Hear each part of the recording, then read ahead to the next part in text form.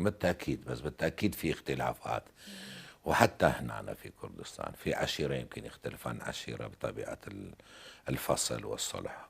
زين. وأنا اللي ملاحظها من الإخوان العرب، بس نعم. أكو أشياء يمكن أني ما عاجبني بيها وما أدري أحكيها، يزعلون مني ما يزعلون الإخوة لا العرب. لا لا، احنا تشخيص هنا حتى نصلح، ما بي مشكلة. أنا بشبابي بعمري هواي سويت فصل وصلح، رغم وجود عائلتي اللي أكبر مني، والدي، عمامي، وسويت فصل، لكن عمرنا ما أخذنا بالفصل مال.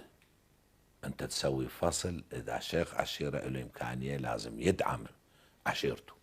احنا عملنا هيك، وانا عمري عامل هيك، وياما وياما اني بالفصل دافع فلوس من جيبك. وقد يكون كليا انا دافع، يعني كل ذاك الرجل فقير الى درجه، وفي حالات قسم يعني من الدعم لا العائله.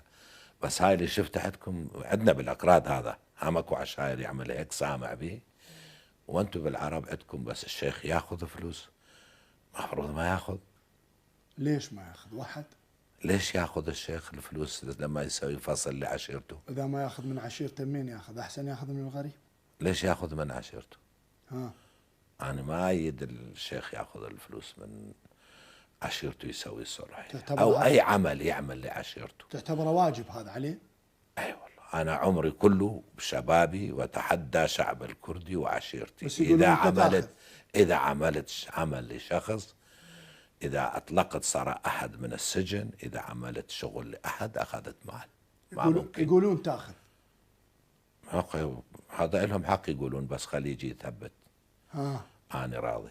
والنعم منك. لا ان شاء الله انت ما تاخذ. هاي الظاهره انت مشاهدها لو مسولفين لك عليها، يعني اللي مال يعني انت تعرف خو مو كل عشائر شيوخ العشائر تاخذ. لا لا، اكو بيهم شيوخ عشائر، احنا حتى لا نعمم الظاهر. انا قلت حتى بالاكراد موجود. اي صحيح، احنا هم بصوره بس عامه. الرأي ما ياخذون. ها. انا رأيي مفروض الشيخ ما ياخذ. ها. وليش ياخذ اذا سوى صلح لعشيرته؟ شنو السبب؟ زين. مفروض ما ياخذ.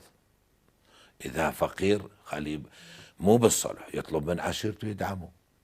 واجب العشيرة هم اذا شيخهم ما عنده امكانية يدعمه.